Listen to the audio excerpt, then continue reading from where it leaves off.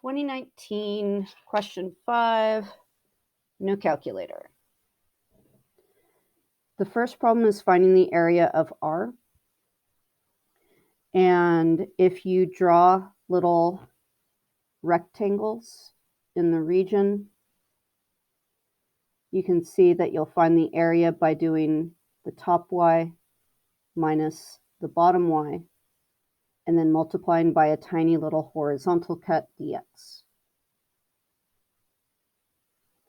And if it's dx, then we're looking at the x coordinates of the region and where it exists from 0 to 2.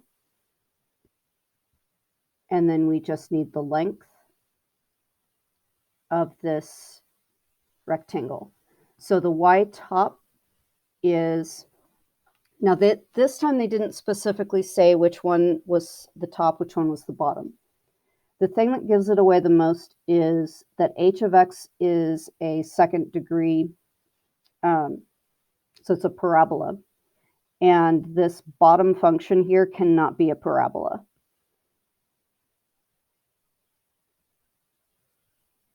So that tells me it's the other function, and then when I see its cosine, it makes a lot of sense. And then I'm going to put the other one in orange. So then the y top is 6 minus 2, all of that, minus the g of x function. But we're going to have to integrate this by hand. So I'm going to write the whole thing out and simplify before going through with the integration.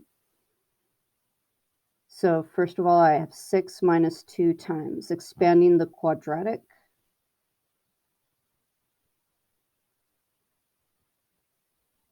And then when I'm subtracting g of x, that's going to be plus 2 and minus 3 cosine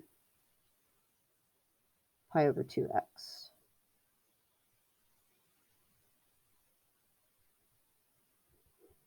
And I want to bring together some like terms and distribute this through. So distributing, I have negative 2x squared plus 4x minus 2.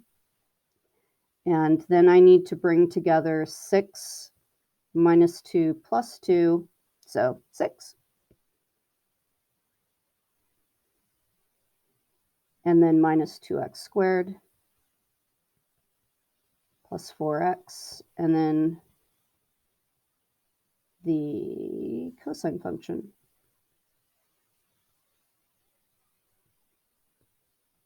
Now the cosine function is going to have to be u substituted, but the parabola equation is ready to go. So I'm going to go ahead and integrate the quadratic.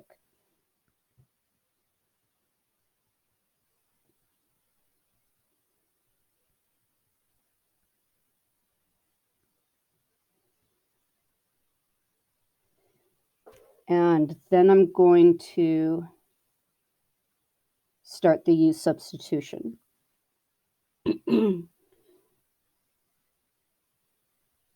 And I need u to be the entire function inside of cosine.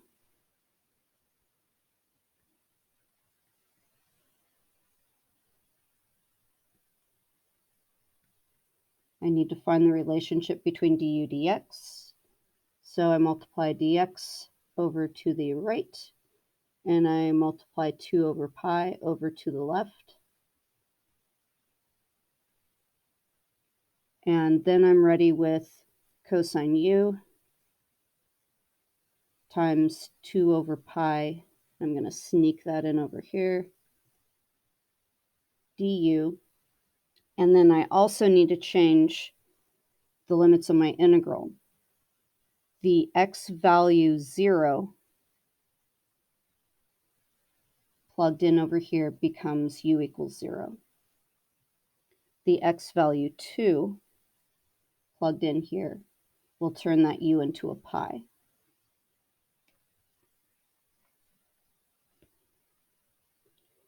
Then integrating, we have minus 6 over pi times the integral of cosine is positive sine.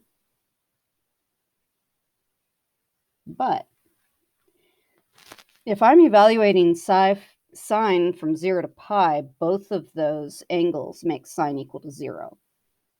So it ends up being minus 0, and then everything falls on the quadratic, plugging in the 2.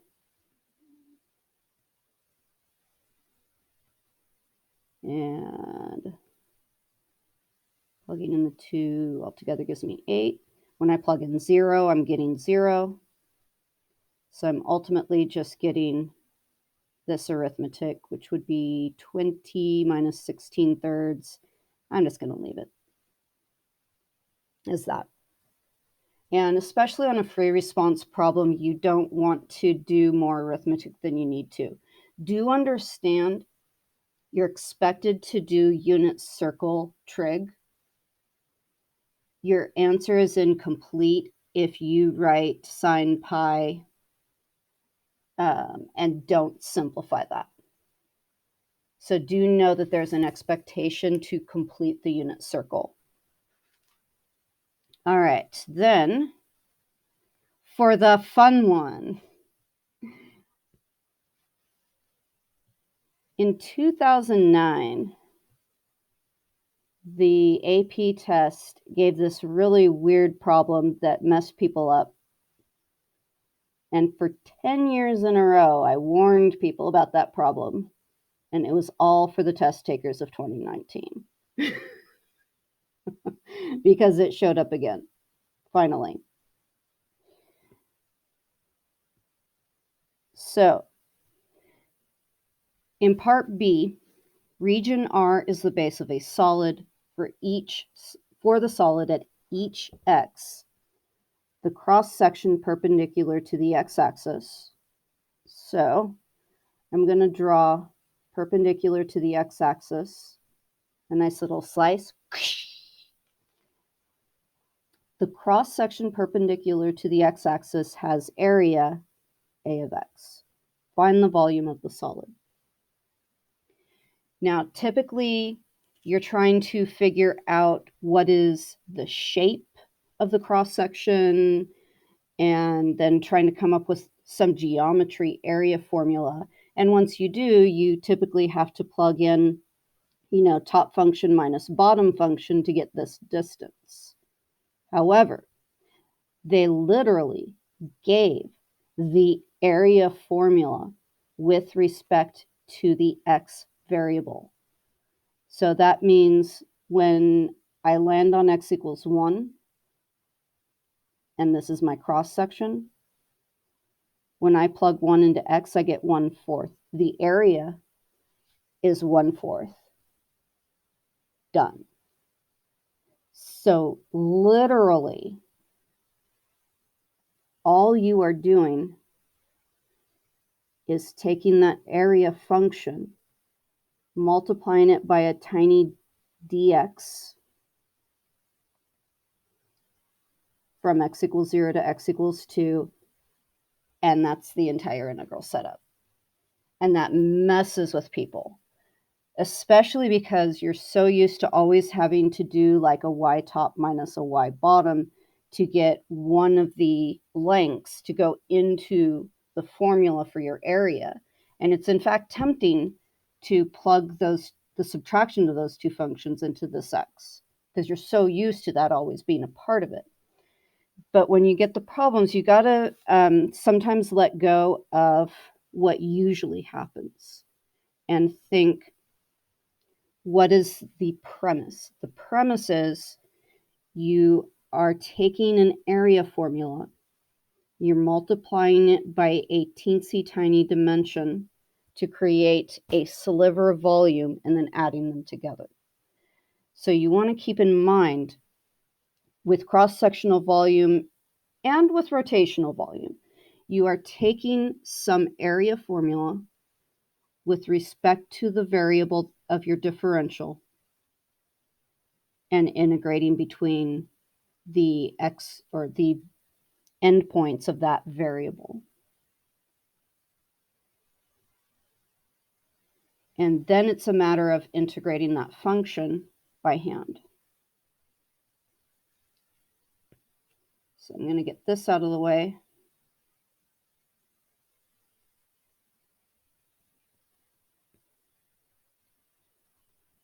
Now, when I integrate this function, come on, come back to me.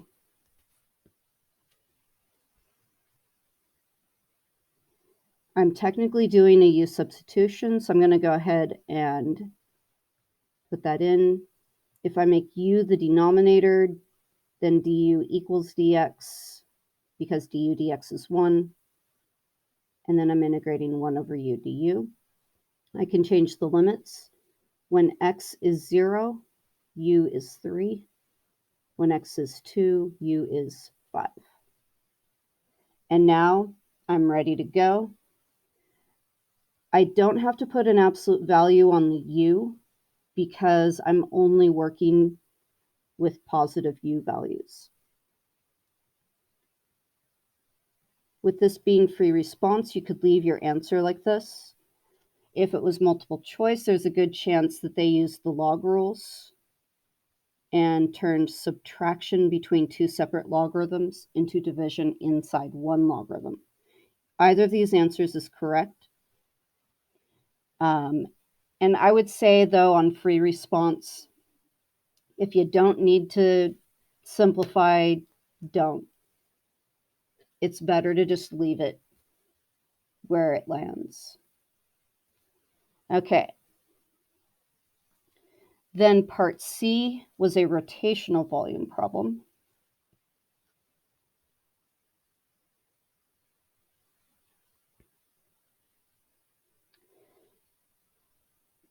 We're going to write but not evaluate. Woohoo! An integral expression that gives the volume of the solid generated when R is rotated about the horizontal line y equals 6. One thing that you can know for sure, the axes of rotation never go inside the region. The AP problems will never do that. So if you're not sure whether it touches the function or is above the function completely, know that it won't go through the function like this. So you don't need to waste time on an AP exam trying to figure out for something of this shape whether the axis of rotation is on top of the function or above it, if you get what I'm saying. It's either going to touch it at one point or just be completely above it. Same formula either way.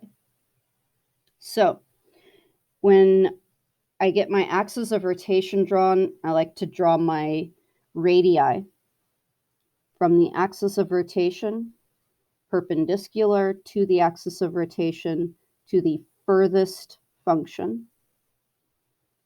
And that furthest function is g of x.